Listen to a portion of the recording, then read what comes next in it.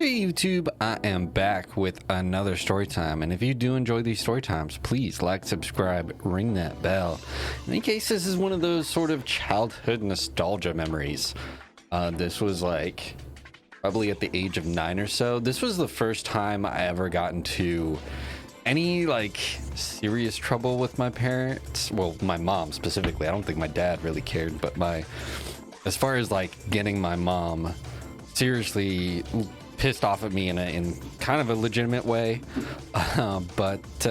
Yeah, so my buddy and I think it was like a Friday or Saturday, you know, he came over to hang out, and we liked to bike around town. This was in Camarillo.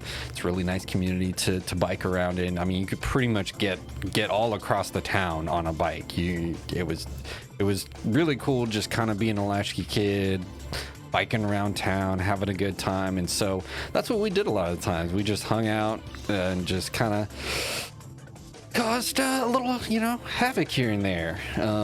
You know, getting those little bomb bags, you know, making people, startling people, whatnot, with little, oh my god. Hey YouTube, I am back with another story time, and if you do enjoy these story times, please like, subscribe, ring that bell.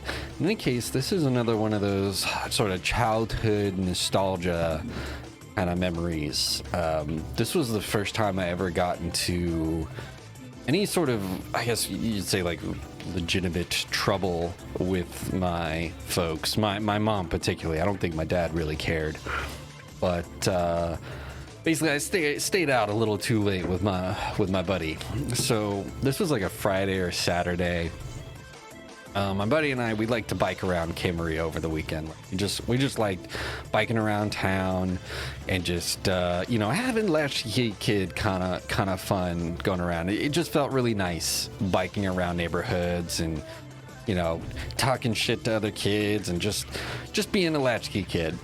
And we decided to hit up, I think it was Jamba Juice was that day. We had a habit of going to like Jamba Juice or Taco Bell over by this like grocery store that was like 1.5 miles, 2 miles away.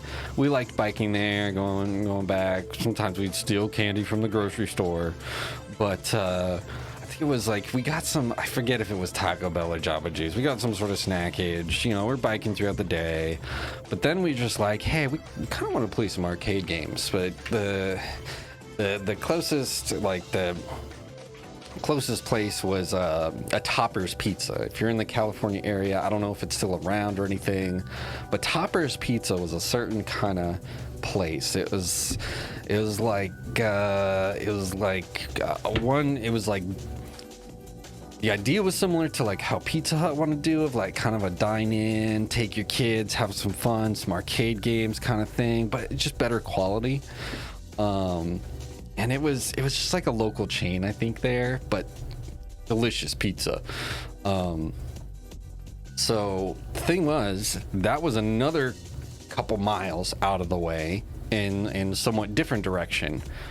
And so we just, I don't know, we just had it in us. We're like, look, it's like what, 3 o'clock, we'll make it back in time, we'll play some games there, we'll get back in time before my mom realizes there's anything. So we start biking down. We finally hit that spot, the Topper's Pizza, and they had games like Area 51, and they had a Neo Geo machine with the Spin Masters. It's like a side scroller with like yo-yos. Just pretty fun game. I still enjoy it occasionally to this day.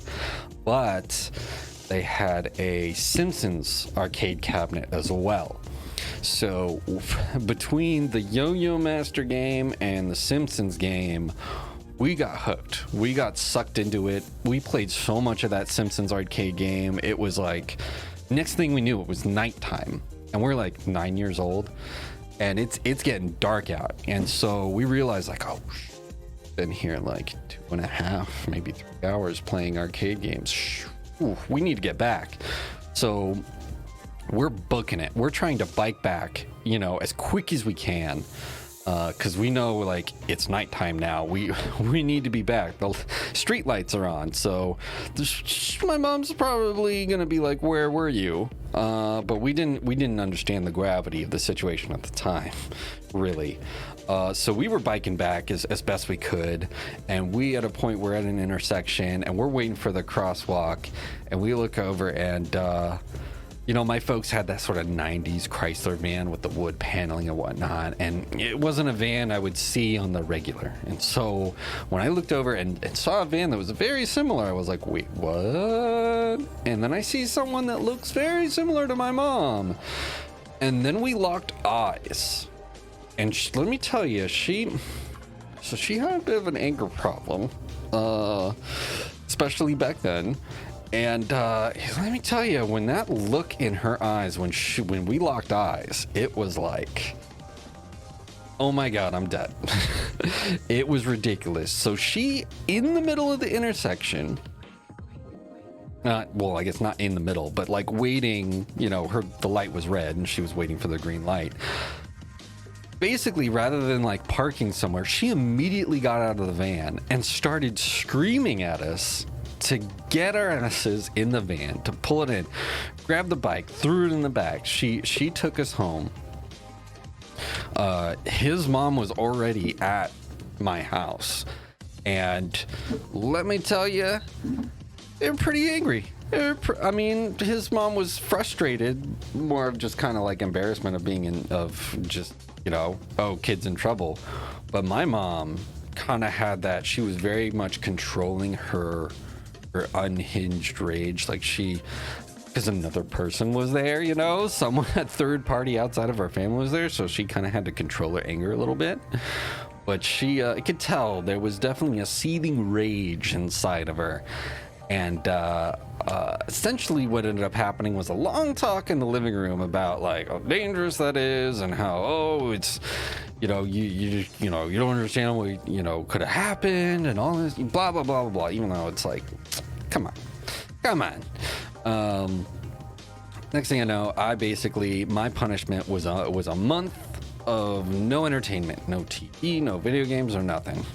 Kind of standard, but at the same time, for me, I was dealing with anxiety and depression already, at that point. And video games and TV were kind of my coping mechanism, like watching Fresh Prince of Bel-Air, watching, TV and playing video games at the time. That was the thing that kind of got me by day to day. That's the thing that kept me going. So getting that taken away was actually pretty devastating, especially for a month.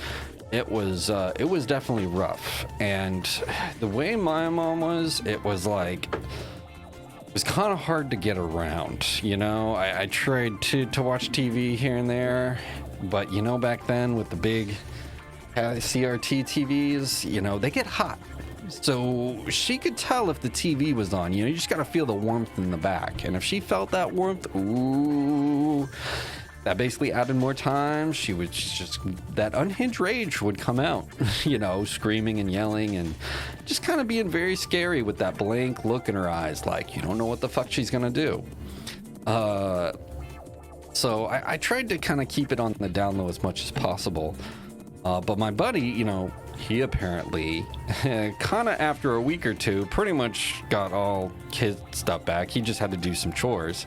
Me, it was like chores were kind of already a given.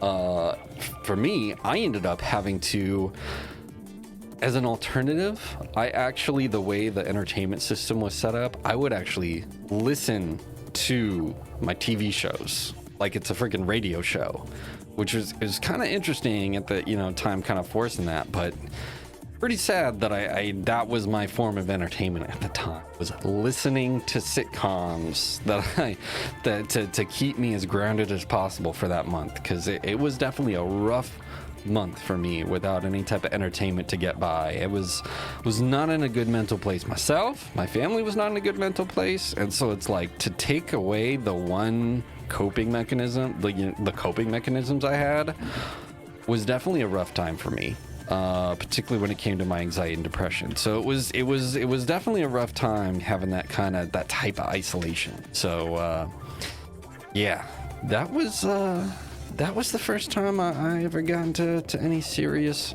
trouble as a kid, staying out past curfew. But yeah, in any case, if you do enjoy this content, please like, subscribe, ring that bell. You have a great rest of your day.